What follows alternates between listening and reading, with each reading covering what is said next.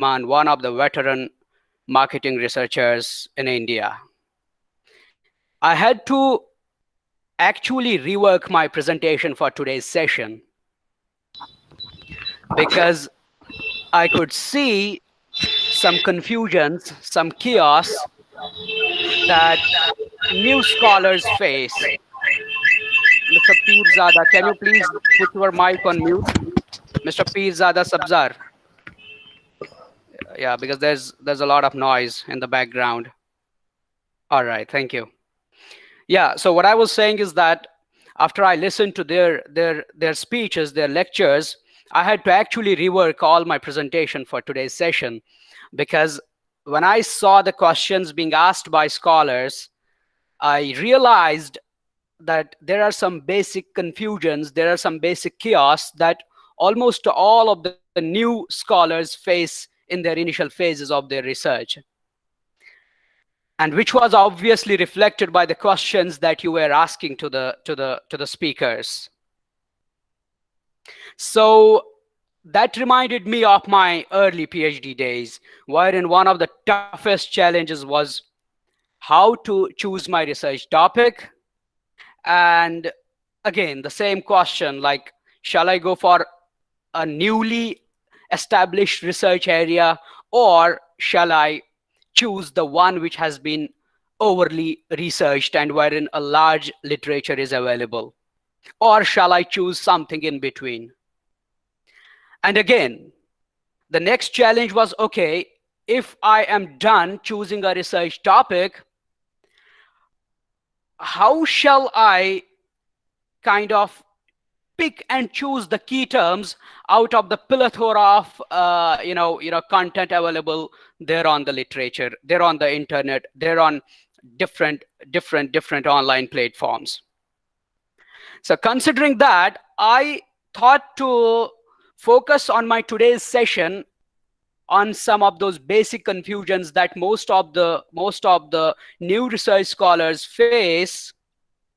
And again, I will also share my experiences of how I have been successful in publishing in some top tier journals on a consistent basis. Saying this, I know that all of the researchers, they put in a lot of effort in their work, but many of them are not able to translate their efforts into the success stories. Many of them are not able to publish. So I hope this session for today, this helps you channelize your efforts in the right direction, and it sort of kickstarts your publishing journey. But I want this session to be sort of interactive, so that some value co-creation takes place, so that you learn certain things from me and I learn certain things from the audience here. So please speak up and be the active participants of this session. Okay? So before I formally start presenting my slides, I have this question for you. Like, why do we need to publish? Why do you think we need to publish in these top tier journals? Yes, please. To survive in big B schools. To survive in big B schools. What else? Another one, publish or perish slogan. Sorry, Sir? publish or perish is the new slogan. Yes. Sir, with due respect and kind permission of the honorable organizer, sir, my opinion is that to get published in the top tier journal is very competitive. It's very competitive. That's why we need to publish there, because as we are actually trying to get there published, we need to actually read more. We need to work more, and that's why that will be a huge opportunity for us to develop ourselves further and furthermore. Thank you very much, sir. All right. I think primarily it is for the validation of our research. Very good. It is for the validation of our research. Okay, this is all what you said, plus some things more. Okay. Can you see my slides at the first place? Can you see the screen? Yeah, Can you see visible. the? Yes, sir. Visible. Yeah, visible. Okay. Okay. I will start it in the. Yes, this is what I have been asked to talk about, how to publish in top tier journals, and it has to be a beginner's approach. So I will start. I will provide some inputs to the grassroots level workers. So yes, the question that I asked was, why do we need to publish in reputed journals? There are many answers to it. The first one is that publishing in reputed journals is an eligibility for research scholars to submit and get their PhD degrees awarded. Is that correct? Because in most of the institutions nowadays, you cannot get your PhD degree until and unless you have at least one or two Scopus or SSCI indexed publications. And in some institutions, the requirements are even higher. So this is one of the basic, requirements, that you have to get your PhD degree awarded. You need to publish. And earlier it used to be any peer-reviewed journal, but things are gradually moving up, and they are tightening the screws, and they are focusing more on quality. So publishing in top-tier journals obviously helps a research scholar get his or her PhD degree awarded. The second thing is, as Dr. Tahir mentioned, is that it is the tangible proof that validates our work. It is the recognition of our work. I would like to share a small incident here. I was shortlisted for a faculty interview in IIM Indore. That's one of the giant IIMs, yeah. So they asked me a question that they said, we will give you a statement and you have to defend that. The statement was, it was way back in early 2018 when I had got my PhD awarded. So they asked that your PhD work is a crap. Your research work is a crap. So defend it. The only justification I have had was that my work was published in some of the top tier journals of my domain. So that proved that my work had made some contribution. So if you have, no matter how strong your research work in your thesis is, the tangible proof that the face value is reflected by how good your publications are. That is the second reason. After you submit, after you get your PhDs awarded. The third reason is, it is a must for getting a job. And the way things have started changing in the past couple of years, entering into any good institutions, I'm not talking about the top-notch institutions, entering into any good institution, you need to have good publications. So, which is why we need to publish in these reputed journals. Okay, now you got a job. Having reputed publications is a ticket for promotion in your job hierarchy, keeping all other things constant, like the other things that you do. Sorry. So having good research publications, they help you in getting the promotion and go up in your job hierarchy later. And last reason is that publications nowadays are a currency.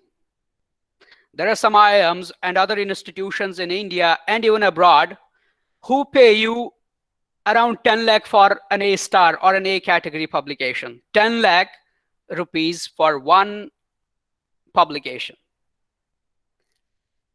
And I know many of my friends, they are earning handsome. And by God's grace, for one publication only? Exactly. For 10 lakh publication for one publication only? For just one A-star publication, some IIMs pay you way above 10 lakh. I'm talking about on an average, okay? And apart from IIMs, there are other institutions in India who pay you handsome money. And I here in Saudi Arabia, by God's grace, I also make a handsome money by publishing in reputed journals. So all of these things being said, I think this is the motivation for us to learn the tricks of the trade, to learn the art and science of this game and publish. Yes or no? So with this backdrop, what would you expect from today's session is actually I have divided it into two parts. In the first part, I will kind of give you some practical insights of what Professor Rahman was talking about yesterday when he talked about that literature review funnel and when he was explaining how to comprehend literature. And again, the fundamental question of how should we select a research topic, how should we identify reputed journals, then how should we go about doing the literature review and identifying appropriate research gaps. Because if you master in these three things, you are halfway through in getting your papers published in the best of the best journals. And the second part of my presentation, I will share some insights based on my experience as a reviewer of some of the top journals of marketing. I will share the insights as to what are the things that we consider while accepting or rejecting an article. So on what grounds we reject an article, on what grounds we give authors a chance to revise or get their articles accepted. And lastly, we will try to provide a way forward wherein we will share some tips that will help you maximize the chances of getting your papers accepted. Okay? So again, here I ask you this question: how do you select your research topics? Both those who have, who have just started their research journey, or those who are halfway through, or those who are just recently done. How did they choose their research topics? Any inputs, please? Somebody, please. How do you choose your research topic?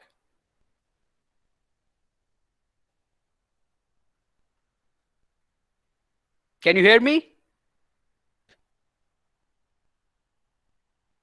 Can you hear me? Hello. Hello. Yes. Any inputs, please? How do we select a research topic? Research topic. Okay, sir. Basically, I'm working right now as a visiting scholar. Okay. I'm really a junior researcher.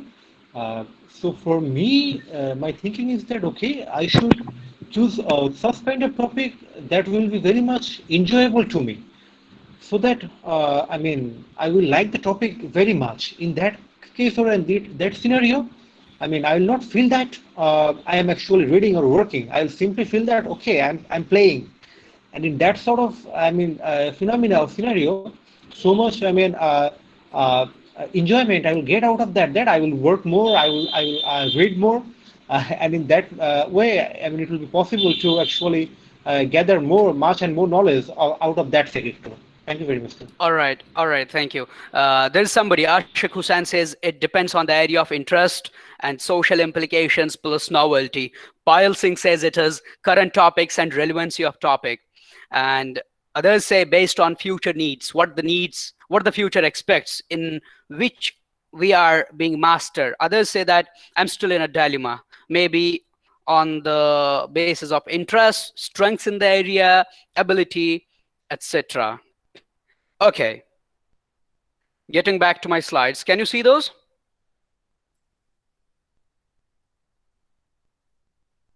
Can you see the slides? Yeah. Okay. We say that a good topic is a key for any international publication. Although you write your papers very well, you put in a lot of effort, you give your blood and sweat to it. If the topic is not good, your efforts will be useless. Now, what should we do to get insights of a good topic? What is a good topic? Okay. And here, what is important for you to understand is that it is an academic work. It's a PhD work. So you have to consider that I should choose a topic wherein I can add to the body of knowledge. For example, I am doing a research on topic A. It has been researched for now up to this point. Let me take it a step forward. No matter how marginal your increment is, but you should somehow add to the body of knowledge.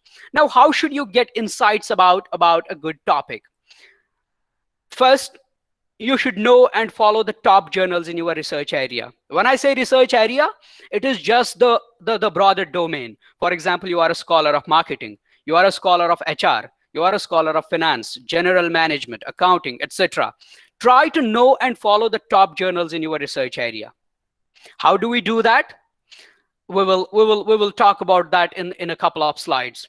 For marketing scholars especially, this is what Professor Parsu was mentioning yesterday. You need to identify some research groups that highlight the hot research topics. And for marketing, there is this Marketing Science Institute, wherein the best marketing brains, they sit, and then they highlight some key research areas that should be explored for the next 2 years. So I have a sample of their research priorities for the year 2020-22. What they do is they publish this research priorities list, and in which they highlight tier 1, tier 2, and tier 3 research areas. Obviously, tier 1 are the hottest topics, tier 2 are the less hot topics, and tier 3 are the lesser hot topics. But anything that falls into this Marketing Science Institute's research priorities list, if you choose any keyword, any topic from there, the chances of being published, the chances of getting your work recognized are very high.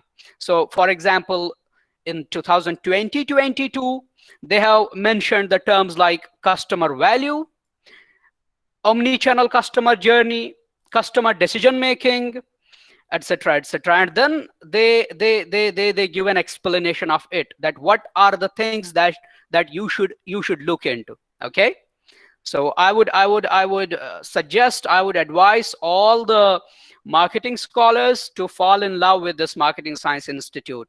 Keep on exploring, keep on checking its marketing research priorities. You will get some strong inputs. And for example, value co-creation, value creation, any topic, online technologies, any topic you choose from their research priorities, you increase your chances of getting your work published.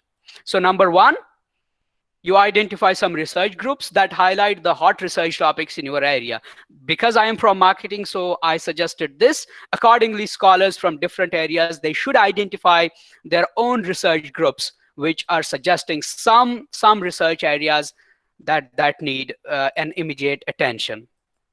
The second is that we need to refer to the ABDC list of journals. What is it? We will talk about in detail. And we also will talk about exploring editorials and other things. So how many of you are aware about this ABDC ranking of journals? And how many of you have actually downloaded their Excel sheet, wherein they give the list of journals and they categorize the journals in different 4 categories? Yes, sir. I actually. Okay. Yeah, we are aware of ABDC list, sir. All right, that's great. So for those who don't know what this ABDC list is, this Australian Business Day and Council, they publish a list of journals wherein they divide journals into 4 categories. The best ones, top notch, are the A star, then A, then B, and then C. Okay. Here, for those who are not aware about this ABDC list, because as I told you, this session is primarily for the beginners, at least the first half is for the beginners. So I will give them a quick view of how this ABDC journals ranking list looks like. So here is this is the list of the journals. These are the publishers. This is the journal code. I mean the subject code, and this is the rating, whether it's an A star or an A or B or C. So for example, you have to look for a journal which is related to marketing. So you will search for, say, marketing. Here you get what is called as Academy of Marketing Studies journal. It is a B category journal. What is important here is that you got to know that 1505 is the code for marketing journals. Okay. Now, the next thing that you need to do, say we sort it in an order. So we got this Excuse me, we have not 150. seen the link. We have not Sorry, seen the link. We have not seen the link you have gone. We have, you cannot see this. only, You cannot see the screen. yes, only slide we have seen. I think you are going to some link, but in the Yes, screen yes, the yes. link. Oh, not all coming. right, all right. But you should help me. You should help me know that you are not able to see what I'm sharing. Thank you very much. Let me try to present it again over here. Give me a second, please.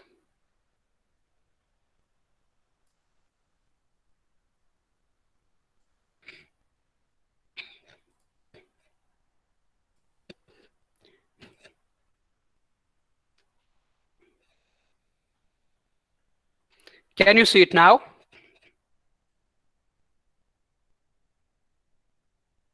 Yep. Okay. So what I was saying is that here you have the list of journals. This is the publisher. This is the subject code. And this is the rating, whether this is a C category, B category, or whatever category journal. And then what you do is that initially you try to find, say, marketing journals. So once you search for a marketing journal, you get to know that the code for marketing is 1505. Next, suppose we sort it in an order, and then we see 1505, all these are marketing journals. Then this is A star, then A, then B, then C. So accordingly, you will get, acquainted with all of the journals that are present there in the field of marketing.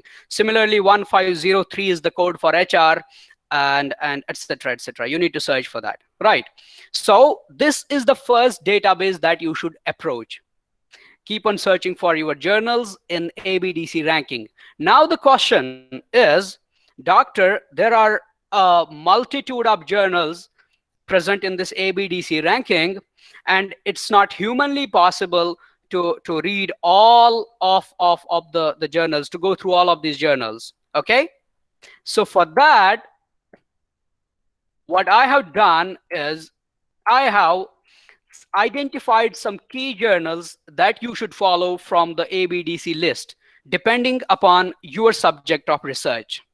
Can you see the slides? Yep. It's visible, sir. Okay. So for example, for marketing scholars, they should make a habit of following at least these 5 or 6 journals from day one.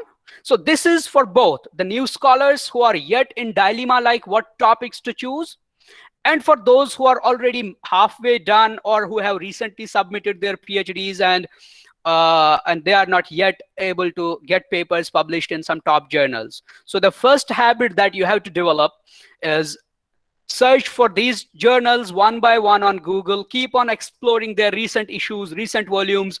See the titles, what kind of papers are being published. Similarly, HR people, they should at least follow these journals. Okay, you can see the list. I would suggest you to take a note of these journals. Similarly, finance people, general management people, I have tried to identify some key journals that if you follow their recent issues, recent volumes, to your surprise, you will see that some of the topics are being repeatedly published. Are you getting my point? So for example, you open Journal of Journal of Marketing, or you open Journal of Academy of Marketing Sciences. Open its previous volume, open 2 volumes, only check the titles of the papers. Don't read it, just check the titles of the papers in different issues. You will realize that some of the topics, for example, value co-creation, customer engagement, artificial intelligence, etc., etc., these are being repeatedly published. And this gives you the first indication that yes, this is the topic which is there in the limelight, which is a hot topic, and I should also explore this. Are you getting me? So that is one idea wherein, that's one thing wherein you can pick and choose a couple of topics, 2 or 3 topics, and then develop your interest in those. Maybe you read 2, 3, 4, 5 papers, and then you try to develop your interest in any of these. Some of our friends told that it depends on our interest, what I like. But I do not agree completely with that. For example, I am not interested in this marketing research at all. I like reading novels. I like reading fiction. I like reading something else. This is not my interest, but because I have to do PhD, I have to follow the protocols of the subject. I cannot start exploring an area which you do not know about and then you fall in love with it. No, it is that you do a homework, you read about a couple of topics. Sometimes one basic problem that these new researchers do is they come up with a pre-mindset that, okay, I have to do my research on service quality. I have to do my research on customer experience. Or some say I have to do my research on branding, without actually checking if there is a scope of publication for these topics. So the first exercise starts here. Follow the top journals, check the titles that are being published, and see the topic that you have chosen, if this is being published in any of these journals. If yes, you are on the right track. If no, you need to adjust it. You need to add in some of the variable which can put you into the league of these journals. Are you getting me?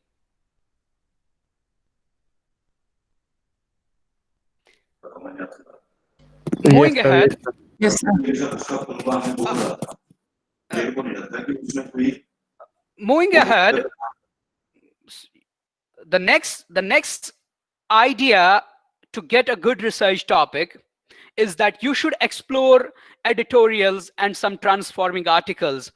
For example, I am kind of addicted to this Facebook and Twitter, etc. What I do is, apart from chatting with my friends, doing all of the social stuff, I at times search for some journal randomly, any journal of my area, whether it is an A star or an A category journal. I search for it. I see if any editorial is recently published. Some editors, what they do, they publish an editorial wherein they advise scholars about the topics that they are looking for, about the hot topics. So try to explore, try to search for such editorials, get ideas from there. That is the place where they suggest you what kind of papers are we accepting in our journals. Also, try to search for some transforming articles. There are some articles which provide you a research roadmap. For example, in marketing, these are some of the recent transforming articles. Say the first one, which was recently published in the Journal of Services Marketing, it is 27 years of service research, a literature review, and research agenda.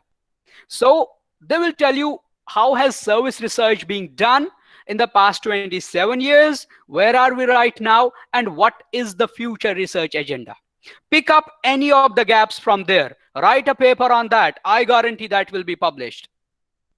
Transformative marketing, the next 20 years.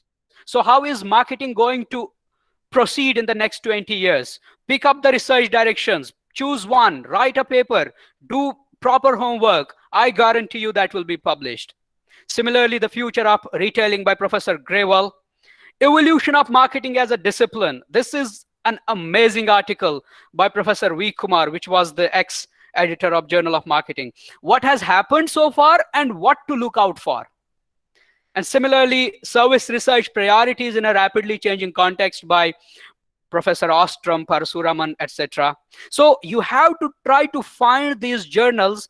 Within these journals, you have to try to find such articles or editorials that provide a way forward, that provide you some top research areas. I remember yesterday, some of our friends raised a question to Professor Rahman, but I think he missed this question, that doctor, can you please suggest us some top research topics? There are no ready-made answers, but I think if you look into such papers that I have mentioned over here, you will definitely read their future research directions. You will get many.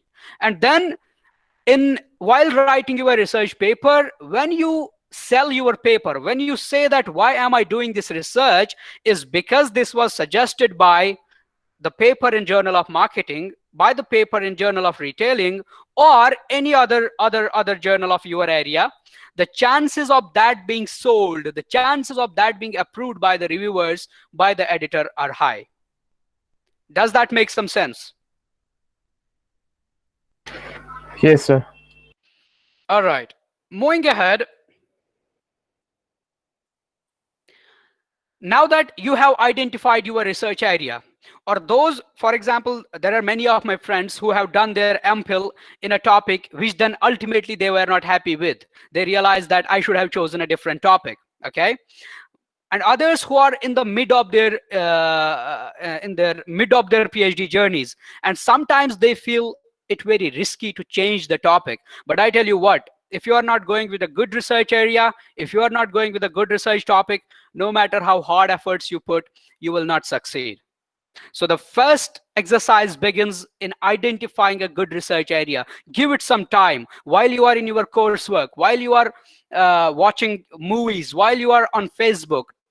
Spend some time on these journals, identify key terms, identify articles, identify topics, read those, read the future research directions. And now that you have identified some research areas, what to do next? Okay, this is an important point. You have to be a voracious reader. You have to read as much as possible. And you have to use different databases to get the articles. For example, someone will ask, okay, doctor, I chose the topic of employee engagement. Okay, doctor, I chose the topic of self-service technologies. I chose the topic of work psychology, or anything else. How and where to get the literature from? Most of the new scholars, what they do, they Google it, or they just go to the Google Scholar, which is not enough. You have to go systematically. Search for Scopus, search for EBSCOhost. Because I don't have access to Scopus right now, there are some technical issues. I will show you, I will give you a quick overview of this EBSCOhost. Okay, so just tell me if you can see the screen. Can you see it? Yes, sir. Yes, sir. So this is the website of EBSCOhost. And there is every possibility that many of you will not be having access to such databases. So what to do in that case? Yeah, so what to do in that case? Develop contacts, write to people, go to conferences, visit good institutions, stay there for one day, meet people there, make friends, get access to these databases, download the material, come back to your home places, come back to your institutions, and start working. So suppose this is the EBSCOhost website. We, as business scholars, we click on this Business Source Ultimate. And when we continue, I'll just give you an idea of, there was one scholar yesterday asking Professor Rahman that how can we make sure that the important literature is not missed? How can we make sure that we do not skip some important articles? Here lies the answer. The same is true for Scopus. For example, your research area is what mine is, okay? Customer engagement. Okay, you search for it. What happens is it will give you all the titles, all the topics, all the papers that have what is called as engagement in it. Now we do this advanced research so as to filter it out, and we will search for articles where customer engagement is in its title. Okay. So you see that we got only 748 articles. Again, we can do one more thing. Here in relevance, we choose data newest. So what will it do? It will give you the recent articles, September 2020. And then again, one of my papers, thankfully. So it will give you all the research articles in customer engagement in a hierarchy, okay, in a chronological order. So you can choose it. So you have all the data, all the articles with you from 2020s going backwards since the first article that was published on customer engagement. So what is the first exercise you do? you copy and paste it. Okay, you don't have to read it at the first go. Just collect the titles. Okay, and now that you have collected, say, 200 articles. Again, can you see the presentation? Yeah, visible. Okay, so Yes, sir. now that you have identified, say, 200 articles and you start reading them, here is an important trick. For example, you read 30 papers about any topic: brand experience, customer engagement, loyalty. When you read 30 papers, as a human being, you tend to forget what was written in the first paper. You cannot remember all the 30 papers, yes or no? So what is suggested is that you maintain an Excel sheet of all the papers you read. Here again, I will share a sample. This is, can you see this? Can you see the Excel sheet? Yes, sir. Yes, sir. This is the Excel sheet that I maintained during my PhD days. So what I do, there is the author's name, there is the title of the paper, year of publication, journal's name, which country is the research being done in, what is the context, like is it done in hospitality, is it done in tourism, is it done in online social media, what is the context, is it done in retail? Then when you read the paper, you briefly write what is the purpose of this study. You write it in your own words, just 1 or 2 sentences, so that when you read 50 papers and then you get back to the paper 1, you don't remember what it was all about. You go to this Excel sheet and it tells you that this is the purpose of this paper. Are you getting me? And this is the research design, whether it is a conceptual or an empirical paper. And if it is an empirical paper, whether the data was collected through questionnaires or what. Similarly, you can add as many entries as possible. Then important is this. You write a brief summary of this paper. You read this paper, write a brief summary in your own words, so that tomorrow, when you get back to this paper, you read this column, you read these few lines, you get an idea about this paper as a whole. And then this is what is the most important. You read its future research directions, and then you highlight, you pick up those research directions and mention here. For example, this paper had not suggested any future research direction. This paper had suggested this research direction. Accordingly, we do what? We note down the future research directions suggested by all of the papers that we read. Okay?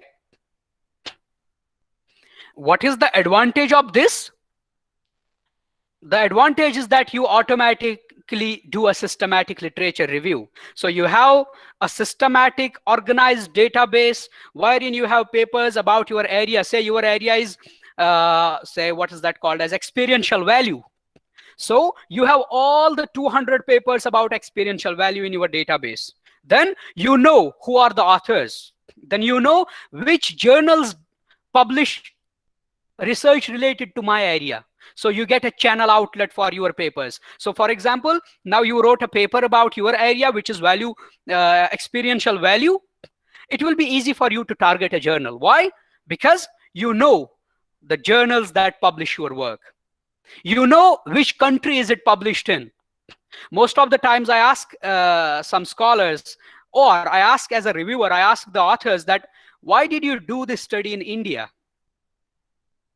Convenience is not the answer. It's not that because I'm from India. That's not the scientific answer. The answer comes through these exercises. When you do this exercise, when you collect this literature in this tabular form, you will get to know that, okay, 80% of the research on customer engagement is done in advanced countries, in developed countries. And they say that future research should explore customer engagement in emerging markets as well. So that becomes a justification. Are you getting me? Another thing is, You know the conceptual journey of your topic. So you know how has customer engagement, value co-creation, experiential value being studied since its inception to 2020, and what are the gaps, where is it currently, how is it moving forward. So you get an eagle's eye on your research area, and that is what actually makes you a graduate, what actually makes you a doctor of the philosophy of your research topic. Also, you get to know, okay, in which year how many articles were published, okay, who are the top authors of my domain. It is very, very important for you to know the top successful authors of your domain, then reach them for collaborations. For example, in my area, it was Dr. Linda Holbeek. Those days she was in Auckland University. Now she is with Montpellier University Business School, France. I followed her on Facebook, on LinkedIn, on Twitter, on every platform. I wrote her emails, and somehow, ultimately, she wrote back to me. And then we got a very, very strong collaboration. We published some wonderful articles together. So this, and another advantage is that when you have all of this table filled in, you can easily convert it into a literature review paper. And if that paper is published, then it's balle balle. If it's not, you still have your longest chapter of your thesis, the literature review chapter, it is already written. That too in a very systematic way. Plus, you know where your research area is. And any new papers that are published, you keep on adding it to your Excel sheet. And that is the exercise you do as long as you do research on that area. So here I will show you a sample of one of my systematic literature reviews papers that I published during my PhD days in 2016. It was published in Management Decision, which is a B category journal, I think. Yeah, the paper is titled as The Transpiring Journey of Customer Engagement, Research and Marketing, a Systematic Review of the Past Decade. Can you see it? Can you see the paper on screen? Yes, sir. Yes, sir. Yes, sir. Okay. So what I am trying to convey here is that once you have these tables in the Excel sheet ready, then you just have to write you have to introduce those tables, write their inferences. So you get to know how many papers were published in which year, and more importantly, what was the context, which industry was it published in, and what was the year-wise distribution. So this gives you an idea that relatively recently, like for the last 3-4 years, are there papers which are there papers on my topic being published in the journals? This gives you an idea. For example, in my domain, many papers, they started coming up after 2014-15. So I got a motivation that yes, papers are being published in my area, so it's a good area to go ahead with. And then you get to know whether it's an empirical study, it's a qualitative or a quantitative study.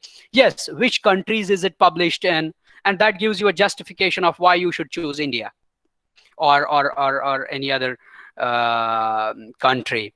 Another important thing is yesterday, yes, you get which are the journals that publish on your area. So you get the channel outlets for your topic. Another important question that some of the scholars yesterday asked is, how should we choose the constructs? For example, I have taken customer engagement as a central construct of my study. How should I choose the rest of the constructs? This will give you the idea. This will give you the answer. Because when you will do this systematic literature review, you will get to know what are the constructs being taken by other studies. For example, this study has taken customer experience as an antecedent. Some have taken this, some have taken that. And then this systematic review, the future directions will tell you what are the antecedents, what are the constructs that research stresses upon, that research demands you to pick and choose. You know, most often when I get a paper for review, I ask the authors that, why have you investigated this relationship between customer experience and customer loyalty? Or why have you chosen customer loyalty? Why not purchase intention? Why not value co-creation? Why not something else? The answer comes from here. When you have identified the major gaps in the Excel sheet that I was talking about, you know that these studies suggest that we should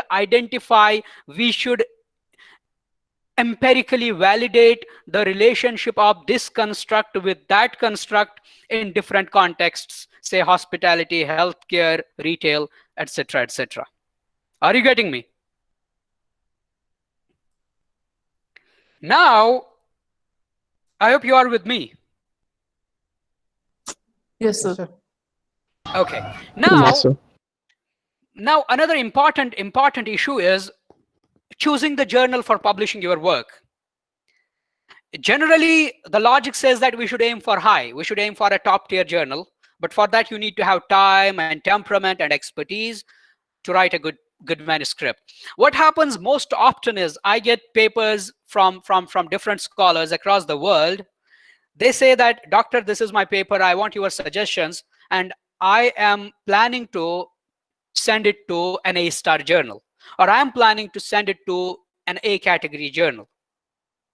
And then when I go through that paper, I see that this paper is not fit for a high rank journal. So you don't have to be over enthusiastic. You don't have to be over ambitious, because if you have not done a proper homework, you send a paper to a top tier journal, even if it goes under review, it will stay there for 6 or 7 months. It will come back rejected, and you waste 6 months, plus you get demotivated. So what you should do is, before you start writing your article, you should target the journal. So for example, you decided that I will target marketing intelligence and planning. I will target employee relations. I will target Journal of Retailing and Customer Services. So you have to first decide the journal, only then you have to start writing your paper. Once you have decided the journal, then you have to, and yes, you have to obviously prefer those journals which publish similar work. So once you have done the systematic review, you know that Journal of Retailing and Consumer Services has published some papers on my area. Now, when you select the journal, before you start writing your article, what happens is that you need to read a couple of papers that are published in the journal recently. So regardless of whether that paper is published in your area or not. So for example, Dr. Jamid is planning to submit a paper to International Journal of Hospitality Management, which is an A-star journal. What I do, I first open its recent issues. I read a couple of papers so that I get an idea of how is the paper to be written. What is the structure? What is the content they are looking for in the introduction? What is the content they are looking for in the abstract? And the rest of the formatting things. Then follow the author guidelines religiously. This is what most of the new research scholars do. They just write and they send it. And they feel that we have done some data collection, data analysis, some structure equation modeling. Now whatever we write, that will be published. No. Follow the author guidelines religiously. See what is the word limit. So see what is the structure of the abstract. See how to number your subheadings. Are you getting me? And only when you do these exercises, and when you shoot for a higher journal, after doing a proper exercise, if the paper is rejected, you may go for a second tier journal or a third tier journal accordingly. But for beginners, they should start from downwards to up. For example, I started my first publication in a C category journal. The second one was in a B category journal. The third, fourth, fifth was in an A category journal. Then it took me another 2-3 years to enter into an A-star. Are you getting me? Because when you initially start, but the thing is, you have to read, you have to follow A-star and A category journals. And then when you follow and when you write a paper and then you send it to a C category journal, there are high chances it will be accepted. Once it is accepted, you will get a motivation. 2, you will get your eligibilities done. 3, you will be encouraged to shoot for a bigger journal, to shoot for a higher journal. So for newers, for beginners, follow top journals, write for a small category journal. Start with C, move up to B, then A star. And important is that you have to do a proper evaluation of your work. For example, you have written your paper. Now you read 2 papers of Journal of Retailing and Consumer Services. Then you see, is my paper worth sending for this journal? Have I got that standard in my paper? If yes, go for it. If no, try for a lower category journal. Read a couple of papers from a B category journal, a C category journal. So a proper evaluation of your work is important before you choose your target journal. Now, for the beginners, this is an important slide, because I got a paper from NIT Srinagar from a research scholar. He asked me for his input. He asked me for some inputs about his paper. He said, I'm planning to communicate it to a journal. Another paper from Central University of Kashmir, that's with me, that the scholar is planning to communicate to a journal. Once I had the first look on the paper, I realized the basic mistakes that were done are that the structure is not followed. Why have I shown the empirical paper structure here? Because this is what most of us do.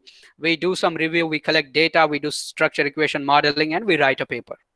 So what I suggest, and then when I had a quick read of that NIT Srinagar scholars paper, I sent it back to him the other day. I told him that there is a structural problem. Because you have perhaps not read many journals, many papers, which is why you are not aware about the proper structure of a paper. So what generally a paper looks like: there is a title, there's an abstract, there's an introduction, then there is a literature review. Introduction is something which is very, very important. I, as a reviewer, get the first impression about work in your introduction section. So no matter how strong your statistics are, you should never underestimate the power of this introduction section. So what you should generally write in the introduction is, like, you as an author, it's your responsibility to create that tension, to create that curiosity, to show the reviewer that yes, this study is important. And why is it important? Because I, as a reviewer, I am spending 1 or 2 hours on your paper reviewing it. I shouldn't do it for nothing. So you should create some tension, you should create some curiosity, maybe add some statistics, maybe add some examples from industry, maybe mention some recent top journals suggesting that this research should be done. And then in the literature review, most of you, what you do, some of you do, you write a lot of literature in the introduction section. That is the first problem. In the introduction, you just briefly introduce your work, and you introduce what am I doing, why am I doing it, why is it important, and how am I going to contribute through this paper. Then what most of you do in the literature review section is you just write the literature review about the constructs, or you just straight away start building hypotheses. No, try to have a theoretical background. Pick and choose some theory which you think is relevant to your area of study. This again will come from the proper literature review. So for example, you will use social exchange theory or service dominant logic or any other theory. Have one section about this theoretical background. Another section, have a brief review of the central construct of your study. For example, your study is checking the impact of experiential value on customer satisfaction, the mediating effect of something, the moderating effect of something. Whatever is your central construct, try to have a brief review of the recent literature. And then you build the conceptual model, you propose the hypothesis. Again, put up fresh literature. Most often I see people, they say that this study, Abc et al. 2005 suggests that we should see the impact of service quality on customer on customer loyalty. But this is a 2005 reference. Don't you think in the last 15 years this work might have already been done? So try to put in some fresh literature from good journals. And again, then the methodology, data analysis, that is always there. And again, this implication section is what most of the scholars take very lightly. I tell you what, as a reviewer, when I get a paper, I see the introduction and abstract. If it is catchy, if it's attractive, if it makes some sense, I straight away jump to the implications section. Although this is a small section of your paper, but this is one of the most important sections of your paper. So put in a lot of effort in showing up better research implications. Theoretical, how does your work, support theory? How does it contribute to theory? What practical implications it offers?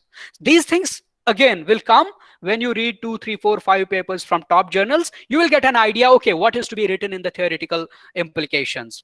For example, you are writing a paper about customer engagement.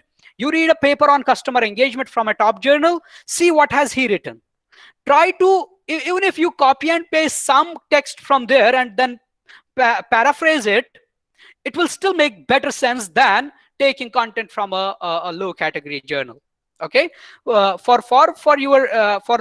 the new scholars here, I will give a I will have a quick look on this recent paper that we published along with one of my colleagues, OAS from IIT Roorkee. This is, see, what I'm trying to say here is try to follow the format structure. Try to follow the author guidelines. For example, in International Journal of Hospitality Management, they write numberings before introduction. Do it. Okay. Then they write numbering before, they write the subheadings in italics. Do it.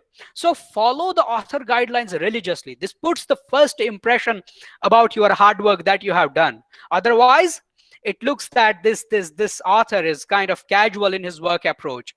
Are you getting me? And then obviously your data analysis has to be okay. And see what are the subheadings these papers, these journals are using. Try to follow those subheadings.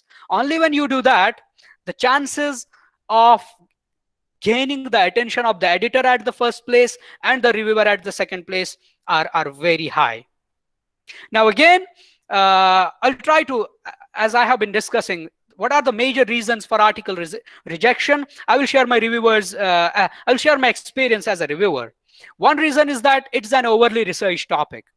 What Professor Parshuraman was yesterday saying, that they developed that so-called scale, but because that was so overly researched, many journals have removed this keyword, this keyword of so-called from their keywords list. For example, Journal of Services Marketing has removed this term so-called from the keywords. Why? Because it's an overly researched topic. That is the reason why Professor Parshuraman had to update it, move towards the newer things. So it is better. You can do a research on an overly researched topic, but justifying it, putting novel things into it, getting a publication, it would be a tough task. So it is better not to do research on an overly researched topic. 2, sometimes the paper is weakly written. The language is not good. So what happens is that because we from this Asian subcontinent, we are not the native English speakers, we have weak writing skills at times. So what is suggested is that you write a paper, share it with some of your colleagues, not necessarily from your own department. Someone who you know has a good command on communications, someone who you know is a good writer. Share it with him or her. Try to get it proofread before communicating it to the journal. What I did during my PhD is I was writing a paper. I had a friend in the Department of Chemistry. I knew he had good writing skills. I would ask him to read my paper, do some edits. Okay? There's no shame in that. So when a paper is not written well, obviously the chances of being accepted fade. Then presentation in terms of the journal format, as I was saying, you have to follow the proper structure: introduction, literature review, whatever the things the journal is asking for. Another reason is that the literature is outdated. You are citing very old references, or it is from lesser known journals. So this is very important. Try to develop this habit of following top journals, citing top journals, referring to top journals. Or the study is just a confirmation of previous research. For example, there are already 100 studies that have seen the impact of service quality and customer satisfaction. You are coming up with 101. So there is no novelty. And where will novelty come from? When you do a proper literature review, when you choose the recent research articles, you read their future research directions. They suggest themes, they suggest things that have yet not been explored. So if there is no novelty, the paper is rejected then and there. And sometimes, as I told you, there are poorly drafted implications. So work hard on your implications section. Have a separate theoretical implication section, a separate practical implication section. And yes, this is obvious. You cannot have a poor experimental or methodological design. Here again, what new researchers do at times, they put a lot of information on this section. No, this is not your thesis. This is just a paper. Try to follow few papers, see how much information they are asking for. Only give that much. Okay, don't write everything on the paper, because you have to have a check on the permissible word limits. And lastly, sometimes the target journal is not suitable. You are targeting to a journal which is not publishing in your area, so you get a desk rejection. Based on this, there are some tips that may help you maximize the chances of publication. One, as said, look at the relevant papers that are published in the top tier journals of your area. Choose gaps from them, and based on that, you justify the originality and novelty of your paper. Follow author guides properly, religiously. Use some recently published paper of your target journal. As I said, use that as a template. So for example, when I had to communicate this paper to the International Journal of Hospitality Management, what I did, I downloaded one recent paper of the same journal. Then whatever I had written on my paper about corporate social responsibility and employee engagement, I tried to fit in the free write-up into that specific format. Okay, there is the introduction, let me put in the introduction. There is 2.1, let me write 2.1. There is italic, let me write italic. So use some recent journal paper as a template and try to fit in your free write-up into that specific format. Again, convey enthusiasm in your writing so it attracts the audience. Give some statistics. Why is your work important? Give some real examples from the practical world. Why is your research important? And again, as I told you, sell your paper well in your introduction section. No matter how amazing statistical methods you have, no matter how strong data analysis you have, if your introduction is boring, nobody is going to approve it. And shore up some strong theoretical, practical, or some social implications. And cite only reputed journals and recent literature. So with this, and let your paper be free from, as already said, from the grammatical and stylistic errors. So with this, I provide you some advices as a concluding mark, that read many papers before you start writing your own. Okay, you have to write a paper on value co-creation. Read some papers before you start writing your own. Don't just finish writing and communicate. No, you write your paper, you read it, forget about it. Leave it there on the desk for a week. Then reread it. You will find many mistakes. Redraft it, only then submit. So prepare hard before you communicate, before you write, and before you communicate your paper. Think carefully before you submit in terms of the author guidelines, structure, and see if my paper is of some worth for this journal. Don't waste your time. And then have patience. You may get rejections. That is the part of the game. Be original, be creative. Like an artist, take your work seriously. Put respect, put life in your work. Don't abuse it by kind of running away from it. And lastly, there is a publishing opportunity for marketing scholars. I, Jamidul Islam, along with my supervisors, Professor Zilur Rahman, we are guest editing a special issue for Journal of Internet Commerce. It is a Scopus Index B category journal. If you are, it's about customer engagement. If you are interested, if you have your works in any of the related areas, you can check it. And the deadline for submission is 30th December. And once you get your papers submitted, they will be sent into review quickly. And yeah, there's a publication opportunity for you. So with this, I thank you for listening to me so patiently. Now, if you have any questions, confusions, queries, suggestions, feedback, you are most welcome, please. Sir, I got a query. Hello. Okay. Yes. Sir, in terms of novelty, what exactly the reviewers and publishers are expecting, sir? In terms of novelty, we expect what is the learning. For example, I have reviewed your paper for 1 hour. What have I learned out of it? How are you contributing to the theory? How are you, is this a relationship which has not been explored in your area? Or is this a new theory that you are using as a background? How are you theoretically or practically or socially contributing to the body of knowledge? Are you getting me? So that it's the learning, it's the contribution, it is the newness that we as reviewers or editors look for in an article. So for Sir, in example, case theoretically, okay, sir, in case okay. theoretically, if we are not proving methodologically novelty, can we expect? Of course, yes. For example, when I started doing my research, there was a consistent research gap that we should examine the relationship of customer engagement with some other constructs like brand experience or value co-creation. So what I did a study on which we collected data, and empirically we validated that customer engagement serves as an antecedent or a consequence of customer engagement. So yes, we added to the body of knowledge by empirically supporting some conceptual claims of previous research. I hope that answers. Yeah, thank you, sir. Any other questions? Anything else?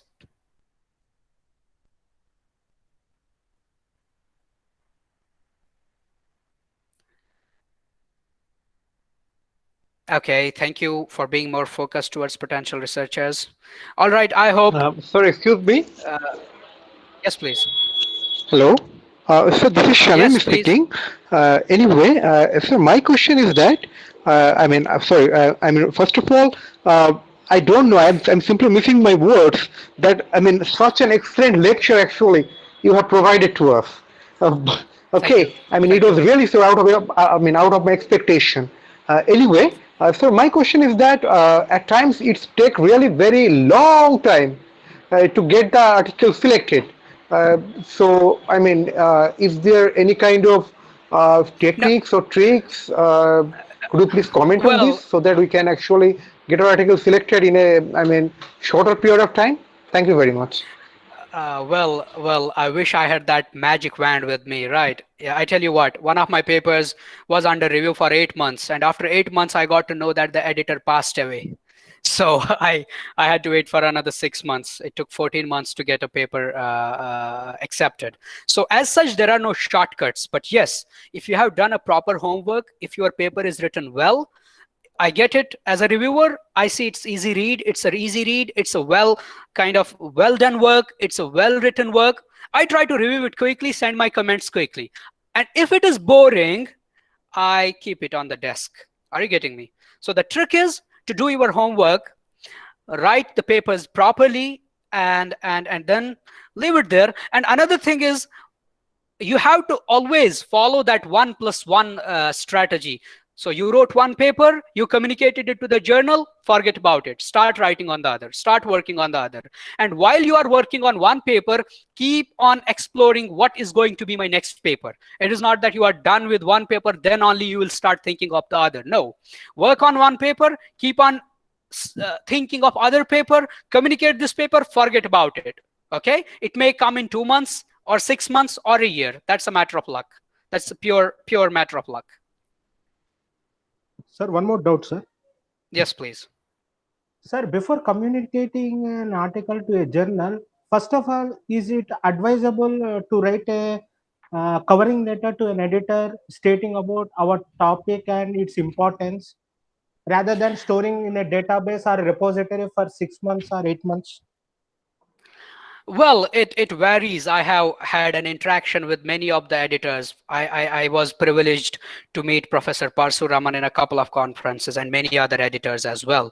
Some say that, well, they don't have enough time to respond to all of the emails, but many do. Okay, so it is better. There's no harm writing to an editor. Sometimes they reply. But what is important is that while you submit to a journal, cover letter plays an important role. So the editor first reads the cover letter, then the abstract, then the rest of the work. And what is the mistake that most of the scholars do in their cover letters is they just write that, hello, professor, I am submitting this title to your journal. And then they write the disclaimer that this has not been submitted to any other journal. Please consider it for publication. Thank you. Bye. No. What you should do is that you should, in your cover letter, mention why am I communicating this paper to your journal. For example, what I write is, Professor this, I am submitting this title in which we are doing this, this, and that based on the recommendations by, say, Marketing Science Institute or by V. Kumar in Journal of Marketing, blah, blah, blah. So I hope this makes some valuable contribution to the body of knowledge. If you find it fit to the standards of your journal, please consider it for publication. So yes, an effective cover letter plays an important role in catching the attention of the editors. Thank you, sir. Welcome. Any other questions? Thank you for your amazing. Yes. Just one question. Yes, please.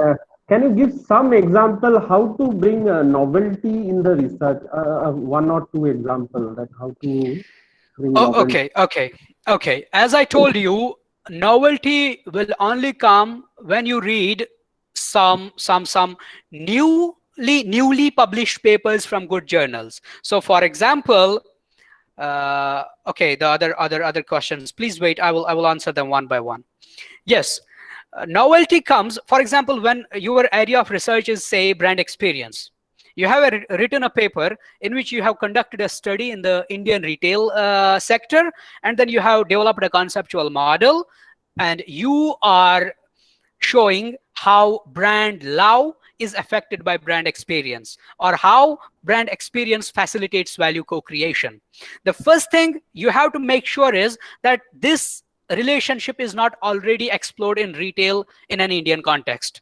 Because if it is already explored in an Indian retail context, then what is the new thing you are doing? Now, suppose it's not conducted in an Indian context, in a retail context, maybe it is conducted in hospitality context. You may say that the newness is that I am developing the novel relationship in a retailing context. And this future research direction is suggested by these authors. For example, ABC says that such relationships should be tested across contexts. Are you getting me? Another example. Right, sir. Okay, I hope that answers. Now there is a question, if paper gets rejected, editor at time don't mention their comments for rejection, how should we move forward? Okay, there are two types of rejections. One is what we call as the desk rejection. Another is the review and rejection. At times, the editor sees no potential in your paper. He just sends back without comments. You cannot do anything to that. At times, if you are lucky, he sends, well, welcome. Other time, he sends the paper for review. You get some wonderful comments, but it's rejected.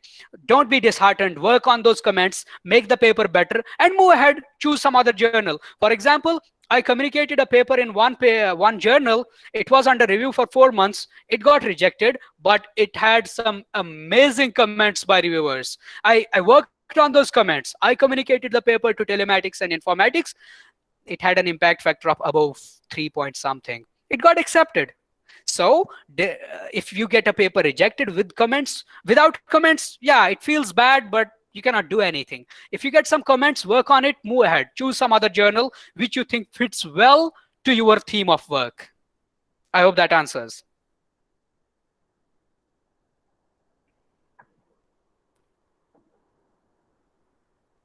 Any other questions? Dr. Tahir, my throat is aching. Thank you, sir, for this interesting and wonderful session. Hope your session will prove fruitful for all the budding management scholars who wish to do meaningful research. Thank you once again, sir, for providing us with your valuable insights about the field. Thanks a lot. Thank you very much. It was a pleasure. And Mr. Sudhanshu, yeah, sir, is nepotism and favorism present in paper? Well, let's not go into that debate. You put in your efforts, you do all the things well, and hope that luck favors you, okay? And I really thank Dr. Tahir and IT Srinagar and all the scholars for this platform. Thank you very much, and I hope I have added some value to your research domains. As Galib says that अंदाज़े बयां गर्च मेरा शौक नहीं शायद के उतर जाए तेरे दिल में मेरी बात. Thank you very much, and all the best.